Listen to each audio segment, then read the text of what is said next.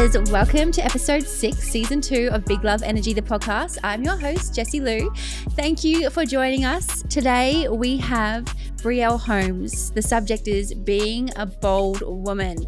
Oh my goodness, we just finished recording and I cannot wait for you to sink your ears into this. Sink your ears? You get the gist.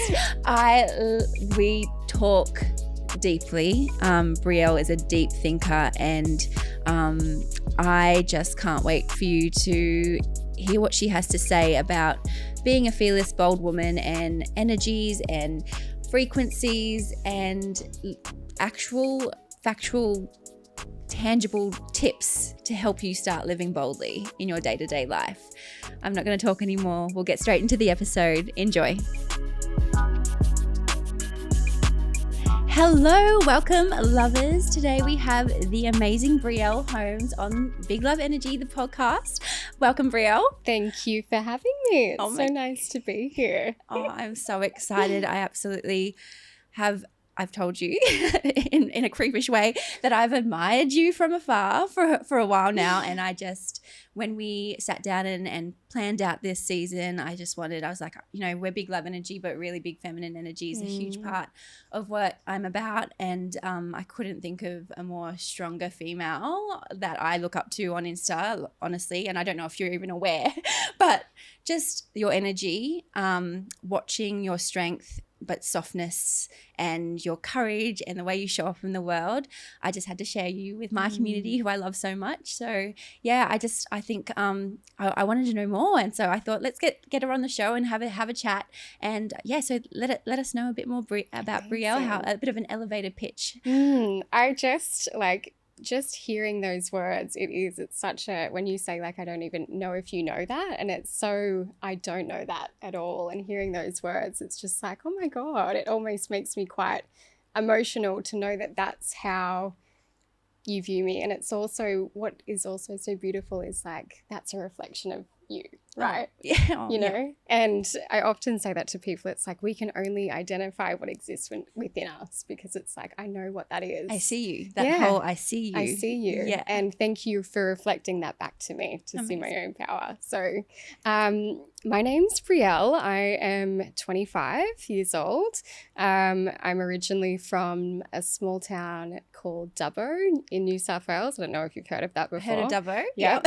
For those listeners out there that have no idea where that is, it's about 12 hours from the Gold Coast, 5 hours inland from Sydney, a really small country town. So grew up in an environment that was very, you know, small town syndrome.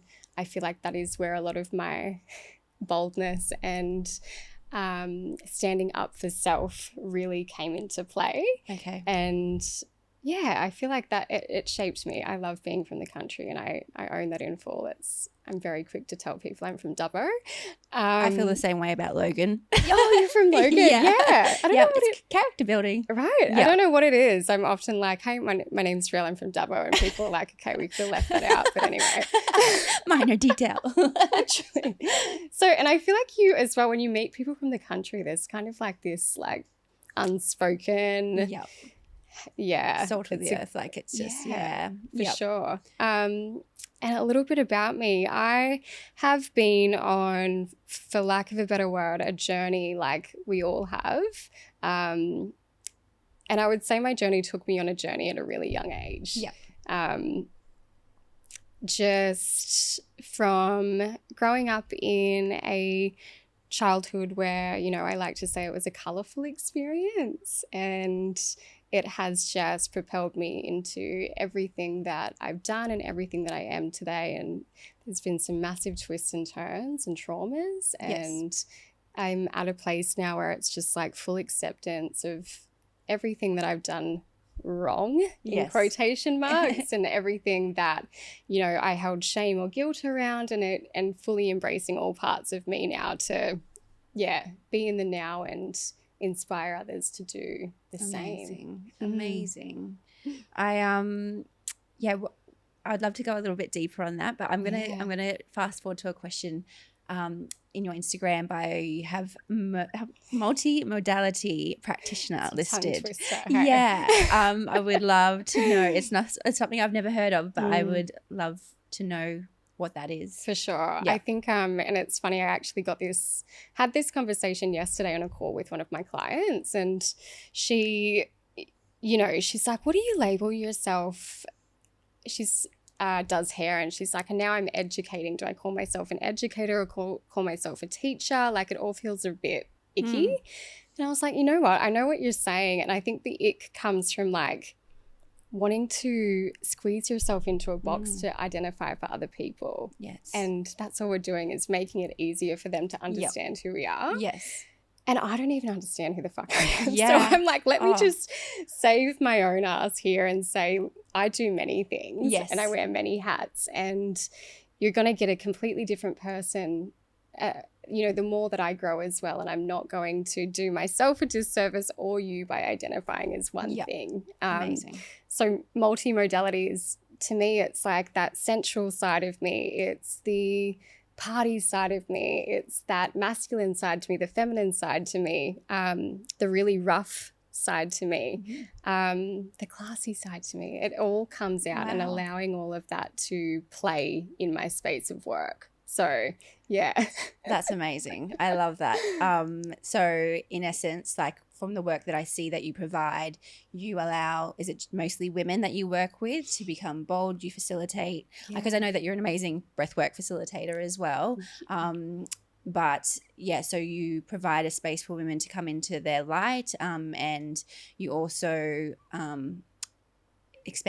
work on their expansion. So talk to me about that. How do you get yourself out there? It's so funny because just by default, women, and I never just opened it up to women, but that's just the way that it went. So this next course that I've done is called Bold, and it's actually, bold for the compelling woman who dares to lead.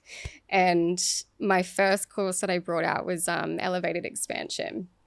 And that was very much just identifying where you're at now, and Bold, it's quite the same. It's really accepting, like I spoke about just before, accepting where you're at right now, and then choosing to expand from that.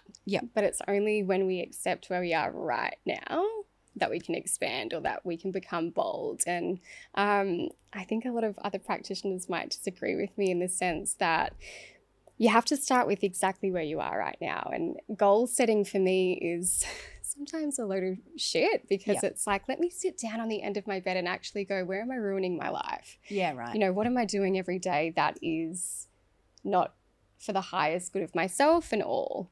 And, it's wishful thinking to have these amazing goals, but it's like, can I accept that I'm whole in this moment? And to look at my behaviors that might be preventing me from moving forward. Wow. So really just, it's like a reverse engineering it. Yeah. Which is, a lot of my clients will say that to me, where they're like, it's like a mental switch. Yes. They're like, we're looking at it as this, and then it's like, let me actually play with the opposite. Oh my goodness. Yeah, because we're so future focused and it seems unattainable at times. But if we accept who we are, where we are right now, and then sort of focus on what's holding us back, like that would be 10 times more powerful, I can imagine. It's just the hardest thing to do, right? We hear it all the time, like, be present, come back to the now. And our body is so used to just living outside of ourselves, and it's the hardest thing to do is to actually just be into the present moment. Yes. And that's why the biggest thing I teach or facilitate, I like to say to them, I walk alongside you because I'm learning with you as well. Wow. And I don't know. Yeah. The minute that I think I know nothing. So, I like to say to them, let's just start from where we are, and all I'm going to do is open space for you. I'm big on saying opening space and not holding space. Okay. My reasoning for that is it's not my responsibility to hold you or anyone else, but I will open some space for you to come and, discover and get curious about what's in there to love now. Wow. Have you always been such a deep thinker? Like most people would look at that and just be like, word it completely different. But for you to be able to look at it like that, where's that come from? It can do my head in. And even like when I'm going on listening to myself just then, it's like there's that energetic pullback of like reel it in. Yeah. Reel it in because I have always been a deep thinker. Yep. It has been my life of just challenging, not being a challenging person, but just challenging everything that's been placed in front of me and going, but what if that's not what it's presenting it is? Yeah. And I guess that in itself, that essence is just what I embody and teach, I guess. Yeah. So on the other side, I see you do work with people really less fortunate, whether in disabilities and also the homeless. Like, talk me through that. What's drawn you to that work? I love that. And like we said at the start, you know, and you were speaking into the light and the dark. Yeah. And I feel like you can relate. It's like I've always had to have my hand in both. Yes. Yeah. Because it's that contrast, it's that spectrum. For me, it's like if you're enduring this light, then I've got to be shining it into the darkest corners of the world, you know? So for me, mostly, you know, I worked in the social welfare sector for 7 years prior to this. And I worked in child protection mostly. And I was still pretty, dare I say, like unhealed or working from a wounded space at that time. And I was just advocating for my inner child. I can recognize that now because I just would go above and beyond for these kids. So I worked with kids that were at risk of being removed. So we were kind of like the last resort. We would go in and try to fix things as much as possible to prevent them from being removed. Wow. You would see some really harsh things and I would look around me. I was the youngest in my field. I got into that work when I was 18. I was really fortunate to actually even get a job and I climbed the ladder internally, which was amazing. It was incredible. I honestly don't have words to explain what I seen or experienced throughout, but just... Did you find that in that process you were able to find some healing? Was that served its purpose that way as well? It really, really helped me identify a lot of my own stuff and a lot of my own behaviors and a lot of my own what's wrong with me. Yeah. And then actually getting to love those parts of me through these kids as well. Oh. So that was really cool. And the homelessness was another part of it. And then another really interesting one, which I'll tell you about, is I went the opposite spectrum and worked with adults, and it was in mental health. Yeah. And the difference in my nervous system between those two jobs was like, here I was being an advocate and a protector for these kids, and then I've thrown myself into this job where I'm working with the perpetrators. And wow. So I was working with men only, and these men were murderers. So I had 3 clients and they all had murdered 2 their wife and 1 just their neighbor. So it was the difference, like I said, in my body of working with those 2 difference, like the kid and this pure light in child protection, then going to like perpetrator and just thinking like, oh my God, I'm going grocery shopping and doing community things with this. This is just the highlight of like stranger danger. Yeah. Yes. Yes. You know, walking around Coles and you just, you know, people, families, and you're just thinking, I'm, you know, with a murderer right now. But in hindsight, some of these men were the most amazing, beautiful hearted men that you'd ever meet. And unfortunately, they just had such strong mental illnesses that their psychosis was so real for them that unfortunately that's what played out. So that was my final straw for a little bit, and then I was like, let me park that for a bit. Yeah, let me go somewhere where my energy is going to be reciprocated. Amazing. And I was always, you know, I was a yoga teacher. I was still am a yoga teacher, but I was doing my yoga practice, meditating. I loved all of the spiritual woo-woo stuff. Yeah. And then I was like, okay, I want to turn this into what I do for a living. I want to actually feel like my energy is being reciprocated, and I want to go to work. I want to show up, and I don't want to feel drained and re-traumatized. Yeah. I want to actually start to heal or teach people how to heal themselves through body. What a ride. Oh Yeah. my goodness. It was a bit of a... What I a feel time. like everyone's shoulders were kind of like... Yeah. I had chills. My shoulders were up. I need to loosen up. Woo. Yeah, I love it. But it's just, do you feel like the work that you do, like I want to go back. I want to go back to, I want to go back to when you, did you see things that you just want to change, and like even dealing with, you know, the perpetrators, like, were you doing that for your inner child or someone, like, is it you were trying to protect your family, or what was it? I honestly feel like I've sat down and I've thought about this a lot in my, you know, overthinking ways of, I think it was very much like I have such a keen interest to know how people work and how people's brains work. And there was more understanding and empathy. I wanted to throw myself into the most chaotic and darkest situations because there was a part of me that thought that I would be the catalyst for change. So that was pretty toxic of me as well, to be completely honest with you, because now being more matured in this space as well, it's like I can't fix people. But I used to think that I was like, I can fix it and I can change it. And I think anyone who gets into that healing space initially does think they unconsciously have that thought. And it was doing more harm than good to my nervous system. But I'm so grateful that I got to experience it. One of my best and favorite jobs that I forgot to mention as well is addiction. So I worked with addiction quite a lot. And I actually got to implement my breath work and my meditation with recovering addicts, so in a rehab, which was amazing. I was like, here I am. I finally get to actually incorporate the two of them, and just seen such amazing results as well. So beautiful. Addiction's really big for me. My dad has been an addict my whole life, and so has my brother. He's been addicted since he was 16, and he's 27 now. So big part.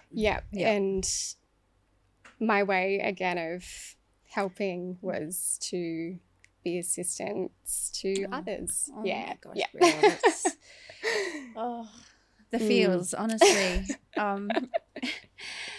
Now I want to thank you so much for sharing. Thanks, honestly, I know it's not easy. No, it's very much, you know, it's funny, and I think the reason that I actually don't like speaking. Yeah. And again, this is, you know, the healing spaces. And I think a lot of us don't like to be seen and don't like to tell our stories. So my heart is beating, but it feels really good to be asked. So thank you. Oh, no, honestly, from same. It took me a long time to open up about any of my stuff, in inverted commas. And it's, I said to you before, the more we speak about the dark and our individual stories, it gives other people permission to even touch the surface, like open up a little can of worms, which will eventually turn into, I hope, you know, a healing journey for them, that they can stop living in suppression and be, it's just like a domino effect, I hope. I really appreciate just having this open conversation. I want to move on to the women. Yes. the ladies. In terms of being a bold woman, I love that you show up in the world like you are super spiritual, a deep feeler, deep thinker, and you, from what I can see, so connected to the earth and nature and life in its essence. But then you're this young, vivacious, fashion-loving woman that can just, you know, vibe with the best of them. And I love I love that. Like, tell me more. Like, how do you find that little balance where you're just like, I can be both. I don't have to wear linen and be surrounded in oils 24/7 to be spiritual. Like, I so get, and that's the rebel in me, I think, that's been there since day one. And that's why I'm like, no, I'm not going to call myself a coach. I'm multi-modality. And it's like there's this want to confuse people for the benefit of themselves. Okay. But like I said to you before, owning all of those different parts of me. So like we spoke about before as well, to give the next person that permission slip to do the same. Yeah. Because, you know, I've had women come to me of like, you know, I see you as really sexy. Like, how can I embody that part of me? And it's funny because that part resonates with them. And then I get another person that's like, I see you as really feminine and strong. How do I be more of that? And I was like, because you're owning, when you begin to start to step into all of those parts of you and own it. And I don't really have an answer for how I do that. I think it's just stripping away the belief system that I'm meant to be anything for anyone else. Oh, preach. Yes. You know what I mean? It's just, we wake up every day from Monday to Friday as a different person. And it's like, can I allow myself the space and the freedom to just fucking be that? Yeah. You know? That is when I truly, and it wasn't an easy feat. Like, there's definitely times where I was like, oh, I need to like get into the linen and wear the flowy dress and wear the oils. And then I was like, no, it's me. It's my essence. It's my energy. It doesn't matter what the fuck I'm wearing, you know? It really doesn't. And people have said to me, like, you don't look like a healer. And I love, there's a quote that's like, she doesn't look like a healer. And the universe responds and says, we're not looking for actors. Yeah, right. Yeah, I love that. Yes. And a good question to pose, some people say to you, are you spiritual? And I'm like, what's spiritual to you? Like, tell me what your understanding of spirituality is. And they'll be like, you know, crystals and oracle cards and all that shit. And I'm like, no, I'm not spiritual then. Like, if that's your understanding, no, I'm not. So just, yeah, really breaking down beliefs and societal expectations, and just, I love confusing and allowing myself to be a walking contradiction. Breaking free the sheep. Like, because we just think, oh, that's how it is. That's what I need to be or what I need to look up to. And I think mums do the same, like in that mummy mode. It's just like, no, like, and I've in my own transformative years just gone, I will wear my dunks and my cargos, even though I get side eyes at school pickup. But it's like, it is who I am, and it's that finding that essence and going, I can be all those things. I can wear a dress. I can show up in a million different ways. I can be dark and light and rebellious and sexy and goofy as fuck. But I love that, Jessie, because it's like, you know, something that's been coming up for me recently is like, I am so terrified to be a mum. Right. And because it's that unknown territory of like, I have no idea what that part of me looks like. That's the fun bit. Yeah. And to hear you say that of like, you know, I'm going to rock up in the dunks and my cargos, and like seeing you walk in today, I was like, she's fucking cool. And then that's that permission slip, right? As well, of like, that's the mum I want to be. Yeah. And the thing is, I was not like this for a good, like my eldest is 15 and for a good 12 years of his life, I look older when I look back at photos in my marriage, and I look way older, way sadder and just different. Like I wasn't giving myself permission to be who I was, like really, truly. And I want that. I know that that's the conversation that comes up the most in my community, is just like, how do I, there's so many walls, so many barriers to get through. Like, just give me one sort of like prompt to get me on my way. And I think I'm trying to do that with this platform, is like, there's lots of little steps, and just talking about it hopefully gives women the courage to be like,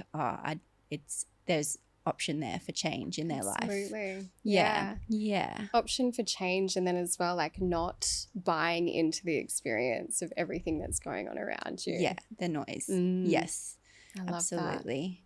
Talk to me about masculine and feminine energy. Yeah, I love that you asked me this. I was actually, and you're not the first person to ask me about that question. And I was like, do I post about masc and femme energy, or is it just something that maybe I embody? Because I know that I dance between the both quite freely. And for a lot of my life, I didn't identify, but I was definitely more in my masculine energy. You know, my dad and my brother are super masculine, you know, fought their whole life, boxing trips, my whole life, my whole childhood, football. And my mum, like, she's the most beautiful, elegantly spoken woman, but she's just got that, like, that roughness to her Inner as mongrel. well. Yeah, Yeah. the inner mongrel. I love that. I love that. I like that a lot. I'm going to use that. You take it. I love it. And so she was very much, I would say that I was, you know, brought up strong. I remember, I'll save it actually for when you asked me that. Yeah. My piece of wording. Yeah. Flashback faves. Yeah. Oh, the wording. Yeah. Yep. Yeah. Live your week by. So I would say a lot of me really identified and felt this real calling to be feminine. And I think my energy actually showed up as that a lot. Because although I felt like I had to fight my whole life, which was the case. I grew up in a household there was constant chaos. You know, love for me looked like domestic violence. Touch for me looked like abuse. So you learn to be really detached and really hard at a young age. And, you know, growing up and then identifying and becoming more of a woman, you start to go, well, fuck, now I have to actually learn to let people into my life, and I actually have to learn to let this armor down and let people do things for me. And yeah, it's been a real struggle to actually release that independent side of my masculine to now fully embody and dance between receiving and creating and stuff like that. So the main difference between the two for me is my masculine. When I'm in that energy, I'm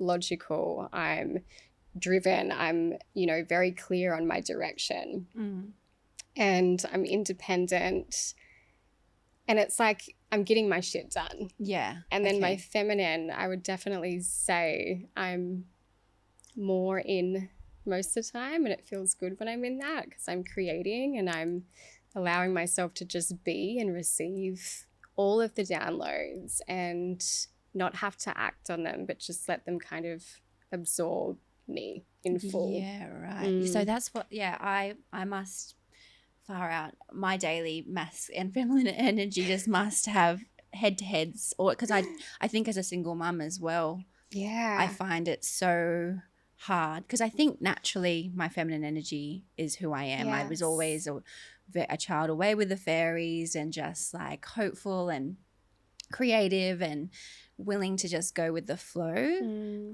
But yeah, I think it's very unnatural for me to have like concise and direct like urges to do or be something, and I feel like that's quite forceful, but I've had to do that recently. So yeah, to be able to break it down like that, like, so is there one that we should sort of be pushing more than the other? Not at all. I feel like there's, you know, and it's the same with men, like it exists within all of us. It's like the light and the dark, the yin, the yang, the feminine, the masculine. It's the contrary to life. It's like we get to gracefully dance between both of them when we need to, and there's times like you just mentioned where you have to kind of step up and be more in that masculine energy to when something needs to be done, there's a deadline and you're kind of like, okay, I need to move into this energy, right? You know, the right side, I like to say, you know, to get this done. Yeah. And then your feminine, like you just said, it's like urging for rest afterwards. You're like, I just want to rest in this now, and I don't want to have to keep doing that because it doesn't feel natural for us as women to constantly be stuck in that mask energy. Yes, right. That makes so much sense. So in a sense of having a partner, is that when they say, you know, if you're too much in your masculine, and it sort of does it make your partner feel less needed? Or there's actually a book called The Way of the Superior Man. Okay. And it's actually it's a little bit triggering to read as a woman. Okay. Because it completely decodes men. Okay. And you read it and you're just like, there's so many question marks that come up, and the triggers are beautiful because you're kind of like, well, you know, let me be open and flexible to this. But it speaks about in there how some men are actually more feminine and they prefer a masculine woman. Right. You know? Yeah. And then there is some neutral where it's like they're a happy balance of both and they can play between both energies. And then there's some really masculine men that demand like that feminine energy and love that feminine energy of just being able to give and what can I do for you and can you allow me and stuff like that. So I truly think that through experience that there's times, even with my partner now, like there's definitely times where, as much as you'd hate to admit it, he can be more in his feminine energy than what I can. Yeah. Yeah. And, you know, he's been a beautiful mirror for me with stepping more into my feminine energy for sure, because that trust has to be there. You know, a lot of us are in our masculine, not as a choice, but because we've had to learn somewhere along the way that we got let down. You know, we couldn't depend on someone else and I'm going to have to do it myself. And then we just get stuck in that cycle because we can't hand it over. When someone offers us help, we're like, no, I don't trust you to do it. I don't trust you to do a good job of it anyway. So, oh, I can relate. Yeah. That so much. And just the self-sabotage of just going, oh, we shouldn't be together. Like, this is early days where you're just like, you know, pushing it away, but we're just so used to just figuring, like I always said, like, I'll just figure shit out. I'll just figure it out. I've done it my whole life. And then having someone step in going, you know, you don't actually have to, like, we can do that together. And it's like, even hearing that can be so scary because you're like, what do you mean? What do you want? What do you want? What do you want from me? And I think as well it very much backtracks to what was our first example of a man, you know? Yeah, not great. Yeah. I've said before, I've been let down by the majority of men in my life, and to be able to, I don't think it's a constant, like a, what's the word, coincidence that I'm raising two young men as well. I think it's just such a gift to be able to help. I don't know, it's not, I don't want to put the pressure on them to like help right the wrongs or anything like that, but I feel like it's been a massive mirror for me to be like, you can teach them to be open and communicate and have love and just give them all the things that I wish the men in my life had been given, so that this cycle never started in the first place. And if I didn't have anything to do with the start of the cycle, I'm definitely going to have something to do with the breaking of it, for sure. 100%. I love that. But it's like, no, it stops with me. Yeah, that's beautiful. So there'll be many women listening to this and thinking, wow, like, what a strong young woman, like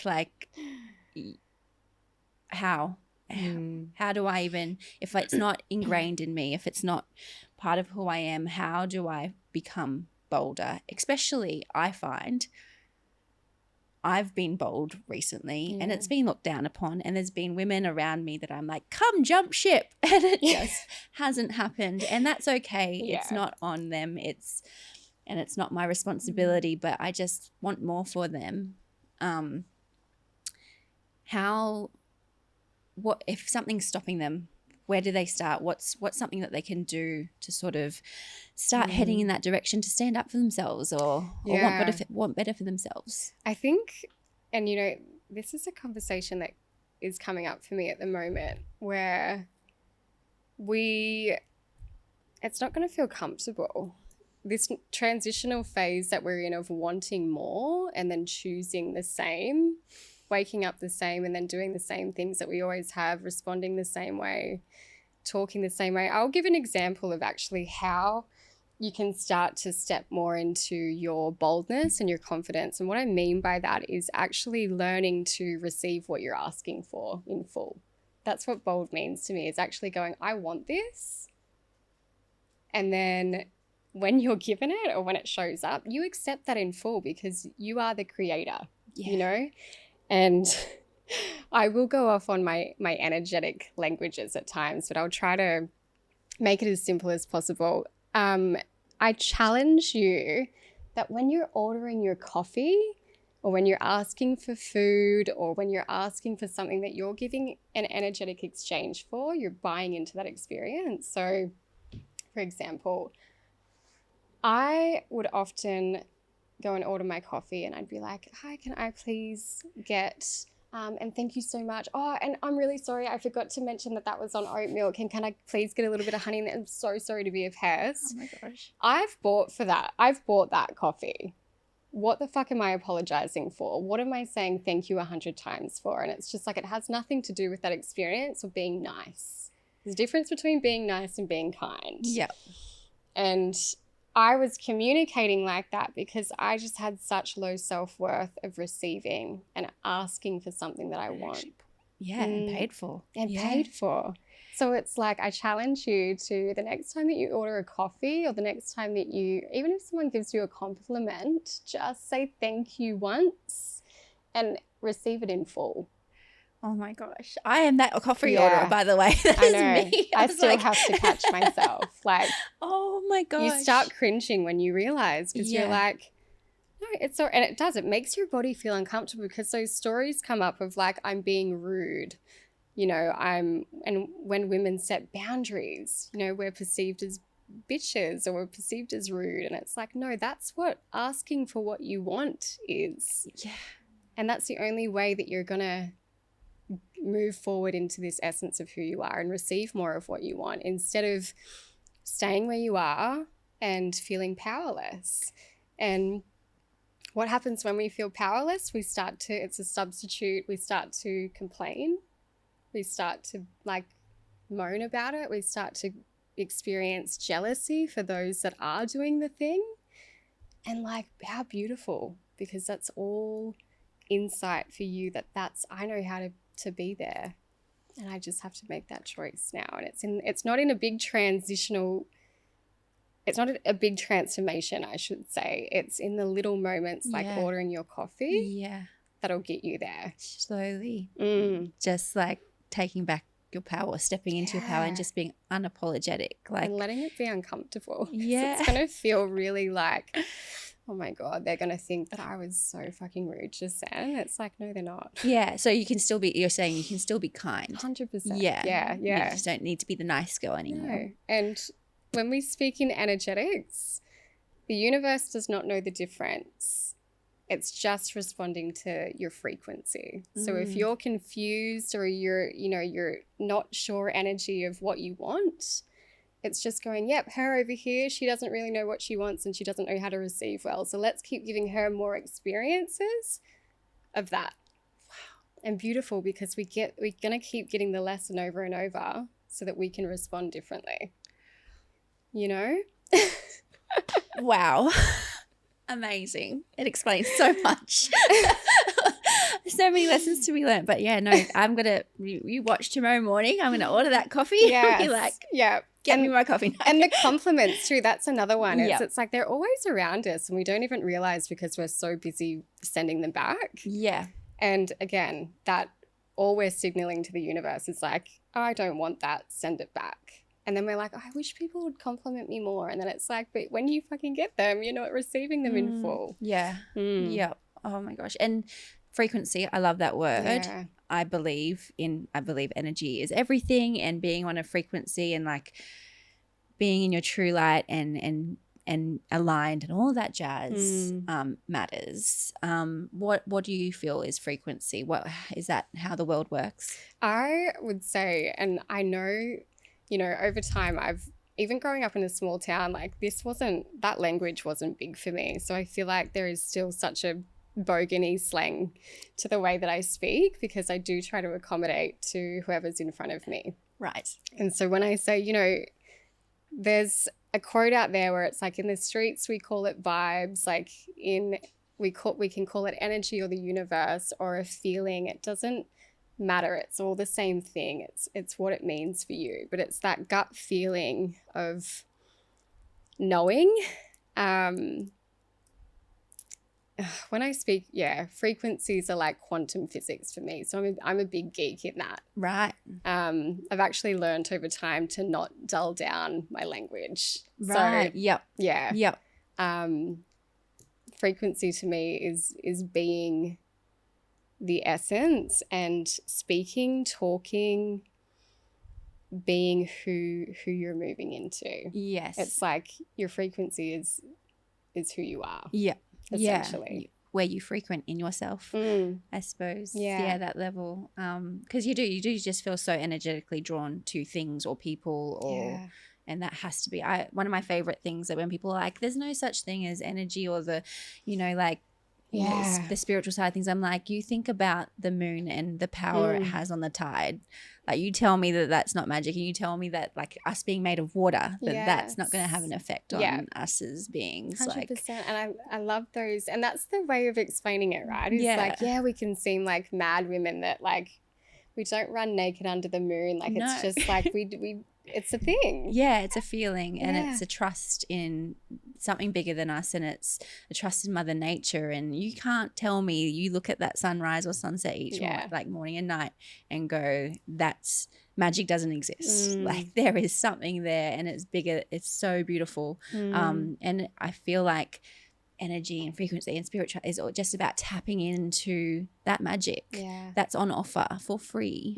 And I feel that my journey into being more whole and spiritual and in myself has been just shutting out that noise of, like, skepticism of other people, because it's always been in me. I've always been the girl that has loved flowers and made fairy potions from, like, it's like one of my earliest memories. So I don't know where we lose that along the way. And I feel like I'm just grown up now, and I still do the same. Because once you see it, you can't unsee it, right? And it's like, for the logical people out there that can't make total sense of it, it's like, you either choose to see the magic or you don't. And for us over here, it's like, do we spend our time trying to explain to them what it means, or do we just go, look, that's just what I choose to see, and it's always going to be here for you to step into if you so wish, you know, and just peer your head in and get curious about it. And if you don't like it, don't wear it. Like, I think that's the biggest thing to know, isn't it? But once you've seen that magic and you experience life in that way, it's like, no, I prefer it over here, actually. So I'm going to choose prefer it. I'll be over here and doing my thing. Oh my gosh, thank you so much for sharing. I could talk all day, but we'll go into our segments because there's more questions over there from the community. So first segment is love letters. Love letters. Okay. I'm terrified of aging. Is this something that worries you too? Would love to know your thoughts. I feel like, actually, when we were speaking prior to this, it's hard for me to say, because I've never felt an age, you know? I've always just felt like I can relate to a 94-year-old and a 3-year-old so easily. So aging for me is, again, I'm going to say it, it's an energy. It's an energy. And I think aging is beautiful, because I just feel like you start to embody more of your learnings and your lessons. And I will speak for myself personally, but a lot of the times that I spent in victim mentality, I can now see that as, like, the biggest catalyst for, again, my creation of being like, no, I had to experience all of that, and I'm so grateful I experienced it young, so that I can begin to grow now. But as well, I feel like I would actually love for you to share into that question, because for me, when you asked me that, I was kind of like, I've never actually been asked that before, because of my age as well. Yeah. Like, well, I feel like you're an old soul, but also it is irrelevant because I'm the same. I feel as someone who's nearing 40, age is an energy, and I don't. You're I don't 40. Near 40. Holy shit, guys. Can we just... I'm nearly 38. No, I'm 38. Oh, gosh. I don't even know anymore. It's irrelevant, right? But yeah, I think, I've written a poem about it. Aging is a privilege, and it's like something that I just think is so many have been deprived of. And so for me, yes, the grays show and the wrinkles come about, but the quality of each day and month and year that ticks by and the gift of life is just like so beautiful to me that I'm like, I don't want to ever be like, oh, I hate aging. It's such a throwaway comment that,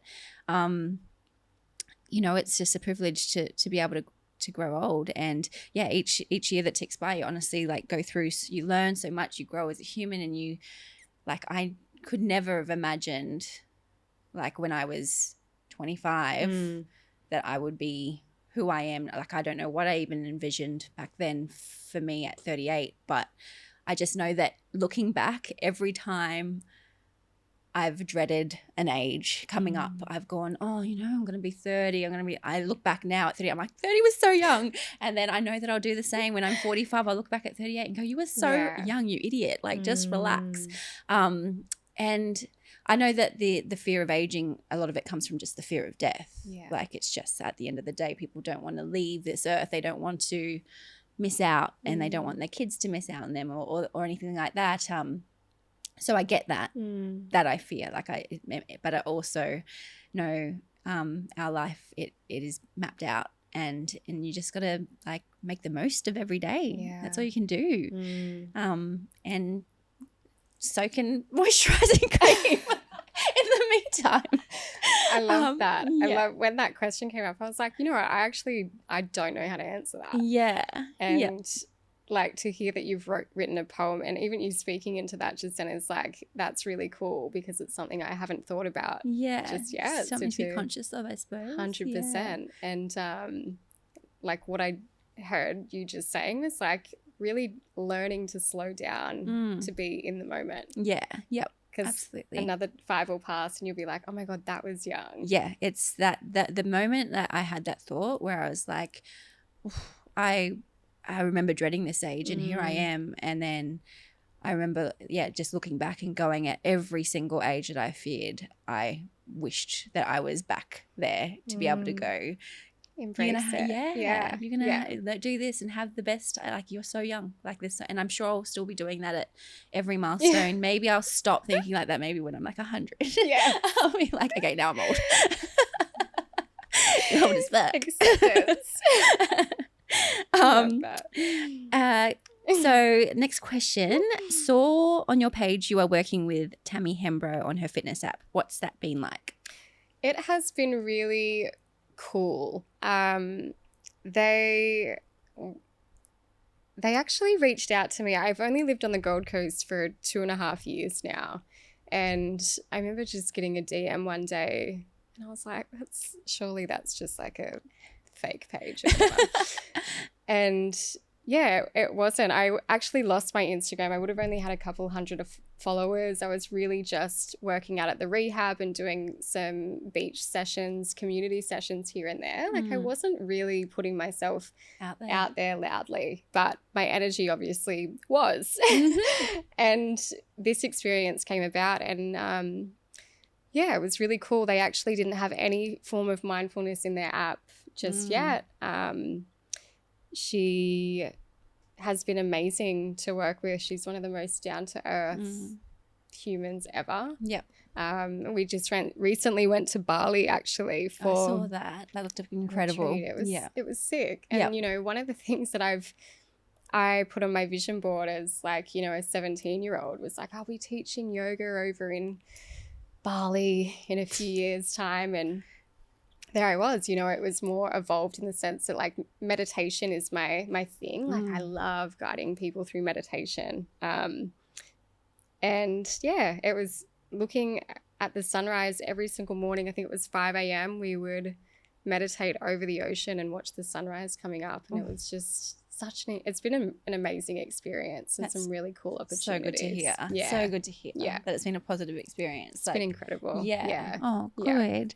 All right, we're going to move on to our flashback faves. Flashback faves. Cool. A little bit of nostalgia to end the show.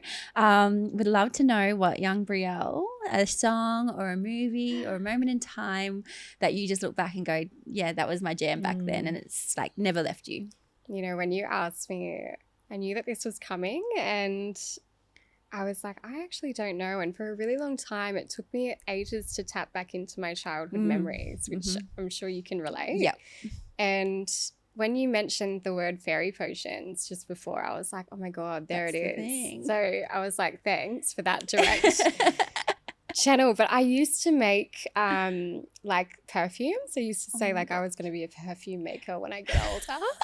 And I used to jump over the neighbor's back fence, like the little rat bag I was, and steal their beautiful roses off their beautiful rose tree, and for my own benefit. And I would go and make these little potions, and I would like walk around the neighborhood and like drop them off into mailboxes.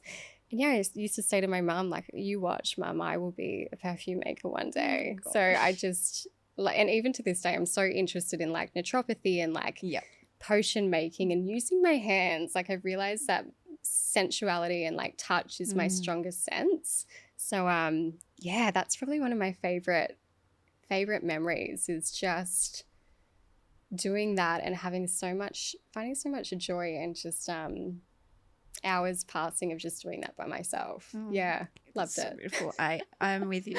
Just anything with petals and just I think just that connection to the earth at such a young age, and just like the colours and making.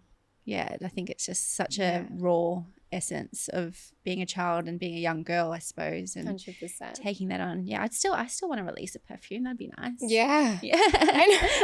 I think mine were a little bit toxic. I was filling them up with like shampoo and conditioner and God knows what. The amount of times that my neighbors caught me and they just were like, get out of here. Scram. I don't know why that word comes literally to it's like, and it's so fitting as well, because they were so forgiving, but after like, you know, the 10th time they were like, nothing's growing anymore. It's taken us years. That's so good. Okay, final segment. I'm sad this is coming to an end, but I know it goes super quickly, doesn't it? Yeah. Really quickly. I could sit here and just chat all day. Yeah. No, it's just the vibe. Words to live your week, but I'm dying to hear what words you love and would love to impart with the listeners today. That's something that they can take and lean on during the week, because this drops on a Monday. So we like to share some wisdom, but I'll leave that with you. Words to live your week by. Yeah, I think this is tricky for me, because this is how my brain works, and I do apologize. And when I hear you say, you know, words to live by, my brain immediately thinks outside the box and is like, I don't want to be bound to these words for the rest of my life. And it's so annoying that that's where my brain goes. But my answer to that is like, allow yourself to be a contradiction. Allow yourself full permission to contradict yourself. You know, allow yourself to change, and you're not bound. This is something I say often. You're not bound to who you were yesterday. You know, you're not bound to who you were at the start of this podcast when I met you, or 5 minutes ago. It's like we always have a choice to change, like now. So, yeah. Beautiful. Ever evolving, I call it. But yeah, it's to be able to hear that, like, totally goes against words to live your week by, because you're saying literally don't Like you can change it up constantly, and that's okay. Yeah. Yep. No, and I stand by you in that. Like, it's a very beautiful, powerful thing to allow yourself to do, is to not confine yourself to whatever it is that you or others have made you feel you need to be. And that's truly stepping into your power. For sure. Yeah. And I think, like, adding on that, because like you said, it sounds like a lot of your audience is kind of like, how? Like, well, how do I start? And how do I do that? And the biggest, it can be really difficult because our body is, you know, we don't create an experience from what we want. It's actually what we believe in here. So until we actually start to gain that trust in believing in ourselves and what we can start to create is real and tangible, then can we actually start to see change. And I hope that little exercise of just ordering your coffee and accepting a compliment in full and allowing that to feel really uncomfortable, but being like, no, why do I feel uncomfortable accepting things? Why do I feel uncomfortable receiving something? It's because I don't believe it to be true. So how can I start to change that self-belief? Magic. Brielle Holmes, everyone. God, I'm like sweating and I'm thinking in my head, where did that go? Where did we go? Someplace beautiful, and I'm sure that we will get plenty of feedback from the listeners. And we'll drop all the info in the show notes as to where to find you. And I just can't thank you enough for taking the time today to come chat and so much open up and be who you are. Like, it's just so refreshing to talk and witness someone just living so deeply and truly. So thank you so much for having me. It's been incredible. I feel lit up right now, and I get to carry this out throughout the rest of my day. So thank you all for hearing. Amazing. Thank you, Brielle. I don't want just anybody. Let me treat you like somebody. Try to dive on a Rari. This forever, we ain't stopping.